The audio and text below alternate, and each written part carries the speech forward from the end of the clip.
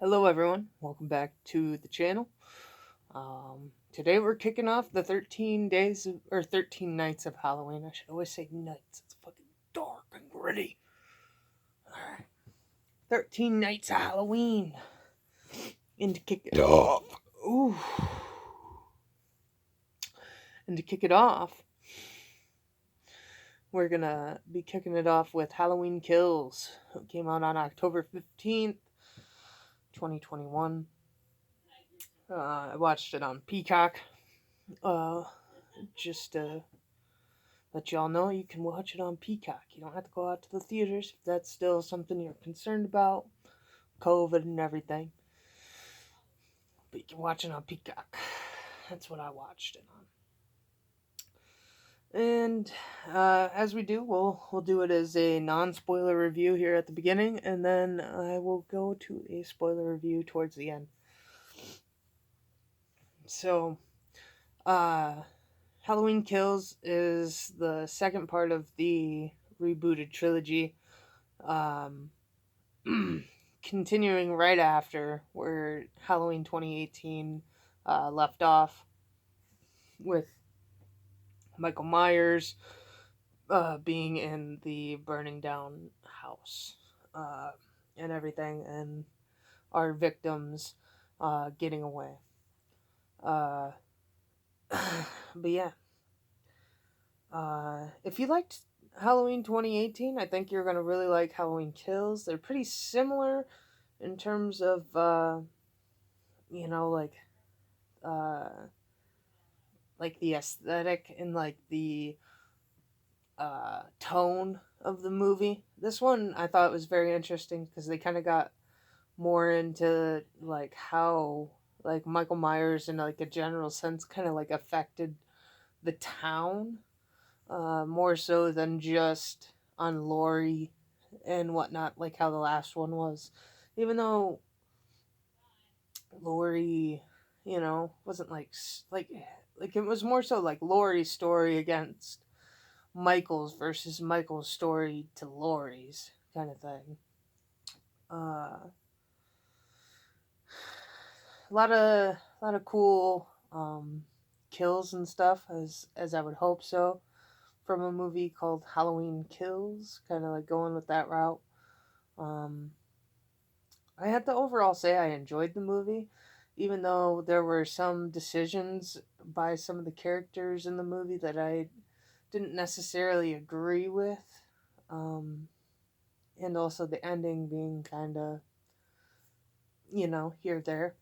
It all just depends um, on how you kind of have like a perspective on the outlook of the end of the movie to kind of, judge your how much you like it. But uh, yeah, so yeah, this movie follows a lot more with the uh, with the mob mentality of like Haddonfield and whatnot versus like I said in like the earlier movies, how it was more like a singular like person that was kind of getting like antagonized in a sense by Michael, or like a smaller group of people. Um, uh, it was really cool having because they were like returning characters. I don't know if necessarily like they were actually played by like the same people who played them before, but they had like Tommy Doyle show up, um, and like the little girl from the original movie that was like the neighbor was like watching the little girl. Um, uh, I thought it was really cool that they brought back some of the characters. They even had the nurse that was Loomis's like nurse from the original and stuff. So it was really cool seeing them bring back like some of the older characters and bringing them back to give that like perspective of like other people who were antagonized or threatened by Michael instead of just Laurie, because it wasn't just Laurie. There were people involved that you know, had their whole entire life, you know, kind of fucked around because of Michael's behavior and like what he did to like the people around them. But yeah, I think if you liked Halloween 2018, I think you would really like Halloween Kills. Um, like I said, with my couple gripes in there and whatnot, I thought it was a pretty good movie. I would honestly give it about a 7, where I would probably say the 2018 was more so like an 8.5 or a 9, in my opinion. Um, but this one was about a 7. It is kind of the middle ground in like knowing that there is a trilogy that was, you know, being made with the Halloween Kills, and then Halloween Ends. So like it's kind of middle ground. I really hope that what they do with the next movie kind of like solidizes like what actually like happens, and hopefully ends the series off on a good note. Not necessarily like, you know, like like Lori like surviving or anything like that. Like I'm not necessarily like looking for that, but like, you know, just something a little bit more. But yeah, I'd give the movie about a 7. 7 for base. Like a good average number, I would say. That's about like a C or so. But yeah, that would be the non-spoiler part of the review. I'll give you guys just a minute. Just to exit out if you don't want the spoiler review. The spoiler review is gonna get intense in terms of spoilers. Spoilers! Alright, if you haven't clicked off already, it's your own fucking fault. Alright, so let's get right into the spoiler review. I thought the mob mentality was a really cool aspect of the movie. Like I said, like how like all the other movies seem like it's singularly like targeted towards Laurie and stuff. This one kind of like helps express the fact that it's not just Laurie getting, you know, affected by the this like murderer and whatnot. You know, like there's other people, you know, that uh, are involved. I thought the scenes that they did to make it look like it was from like the 70s were really cool. Like how they did like that, like I don't know if they like got like an older camera to try and like replicate it, or if they tried to like age it like to look like that with like a modern camera. But I thought it was really cool how they did that whole process of like having the flashbacks and whatnot. The guy that they got to play Loomis um, in the past looked really cool, unless they actually used like real like footage or something that they had like backed up or something of Loomis. But uh, yeah, I really sorry, it's late at night. I really enjoyed that part of the movie though. I have a couple gripes with the movie. There were just some like character decisions that I felt like they were doing kind of like dumb shit, you know, and I feel like that's a little bit of like a harsh critique, because I mean like we all have horror movie, like all horror movies usually have like those dumb characters, and like, you know, the stereotypical like yelling at the screen, like trying to tell them don't go in there kind of shit, you know, like. But there were some really dumb decisions in the movie, like partially like the couple that were living in the Myers house, when they noticed that there was the 3 finger like handprint or whatever of like someone like clearly entering their house. Like, you don't go and search the house on your own. You fucking call the cops. You know, you leave, call the cops. That's not at all how like someone would typically respond to that in that situation. Granted, I'm sure the cops were busy that day because of the whole mob thing.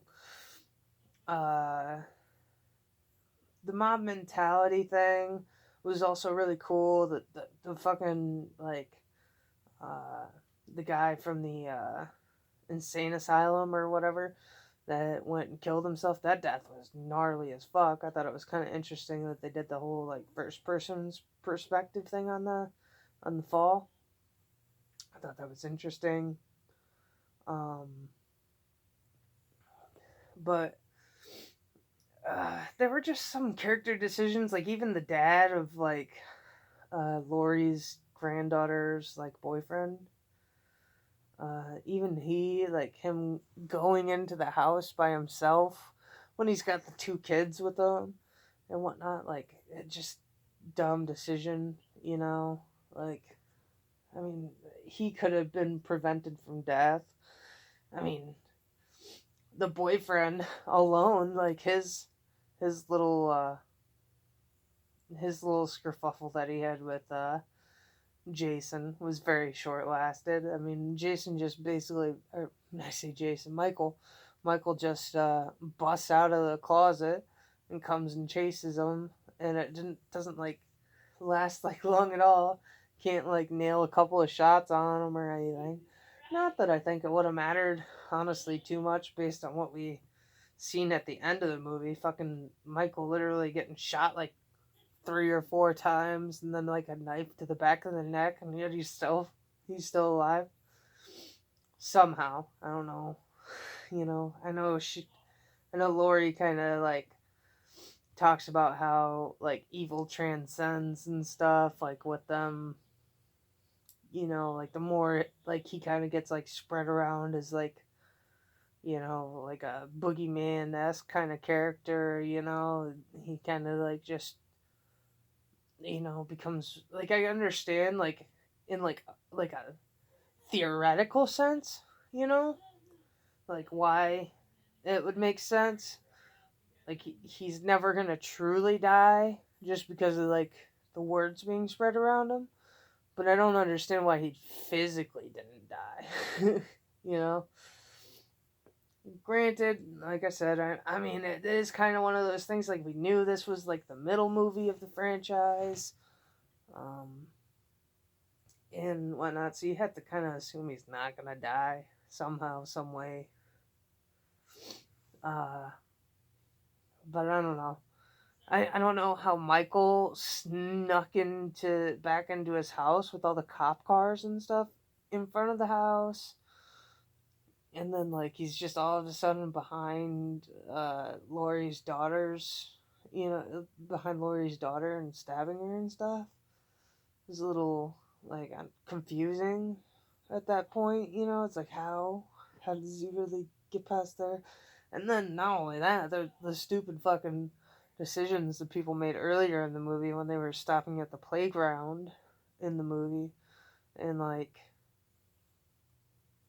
there was the nurse and the doctor, and then Loomis's assistant, and then the little girl all together. The little girl was the smartest one, obviously out of the bundle. She was obviously though like away from everyone else when Michael started to attack, but there were just so many dumb decisions that were made in that scene.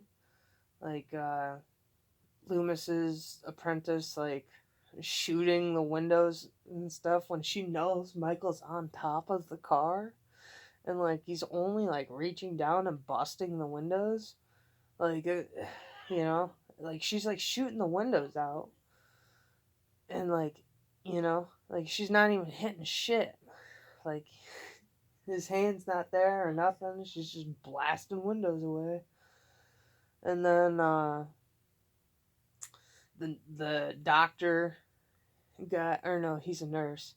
The nurse dude, fucking trying to like choke Michael out or whatever, and then he just gets stabbed in the face. And then the stupid nurse bit or the doctor bitch fucking with the deagle, fucking shoots like 3 or 4 shots like away, walks up close enough, and I mean this was pretty dope when it happened. Walks up close enough, and then Michael just kicks open the door, and then right in the fucking dome. That one was pretty cool. Like it was cool, like a cool looking scene. Doesn't mean the character wasn't dumb as fuck, but it was a cool looking scene. Uh, but yeah, I think definitely the most. I think the most kills, but only by like a little bit. I imagine. I know they said like it's supposed to have the most kills of all the Halloweens, and I don't imagine it's by like a huge margin to like the Rob Zombie ones or something like that. But uh, anything else? I mean, yeah, I don't know how Michael survived. Uh, yeah, I don't know. I don't really have too much more to say than all that, but overall, I do think I had to give the movie about a 7, 7.5, maybe 7.5. I don't know, but overall, definitely a 7 at the very least. Like it's not super bad, but it's an average movie. I wish there were a couple more little I don't know. Maybe it's just a little much for me to like hope that we can get non-retarded, or non-stupid characters to not fucking make stupid decisions. But I don't know. It's like meh. I enjoyed the movie though. I'm sure the next one will be a nice finisher to the whole thing. I like the story that they're kind of going with so far, and like how they kind of like discussed like how really Laurie's not even like necessarily part of Michael's agenda. He was kind of like forced over into the situation to go after Laurie. But if he doesn't want Laurie, what does he really want? You know what I mean? But I guess that's for us to find out in the next one or whatever. I guess he just wants to go home. I think that's all we find out. But from what I hear, the next movie is supposed to be like a 5 year jump. I don't imagine Michael's going to be able to stay home for 5 years or whatever. He may come back home, I guess, or something, but I don't know how it even manages to go 5 years with Laurie's daughter ending up getting killed or whatever, you know what I mean? Like, I don't know. We'll just have to see. Maybe it's not even Michael that killed her or whatever there at the end. Maybe it was someone else. Who knows? I don't. I don't fucking know. The ending was a little bit confusing for me. Just because, like, how the fuck did he survive? And like, how is like what Laurie's talking about like really relevant to the whole situation? Like I can understand him like transcending in like a sense like there's gonna be like a fear in like the town from like that point forward, but I don't understand how Michael could like literally kind of like exceed like human fucking like survivability, like it was cool. I was actually very surprised with how he ended up like leaving the basement or whatever. I felt like that was actually quite uh that part was actually quite surprising, seeing that he like hid in the weapon locker or whatever to like try and stay alive and not immediately get burnt down or anything like that. uh but yeah, I think that's overall how I felt about the movie. um be prepared to see, like I said, about 7 to 7.5, by the way. But be prepared. We're going to be coming with the Fear Street series coming up next with the reviews. I'm hoping to get my computer back within like the next couple weeks here. I unfortunately called them today and they told me it's going to be a couple more weeks probably. but they told me that they're going to send me some information when it finally gets sent out and whatnot, or to check in later this week, see if they've at least gotten it started or something. But yeah, uh, be sure to come back next few days. We're going to be doing the Fear Street series. From there, it's going to be kind of a little bit of like a mix up of what I might be doing as movie reviews. Nonetheless, they're all going to be horror related for sure. So, subscribe to the channel if you're interested in hearing some more movie reviews.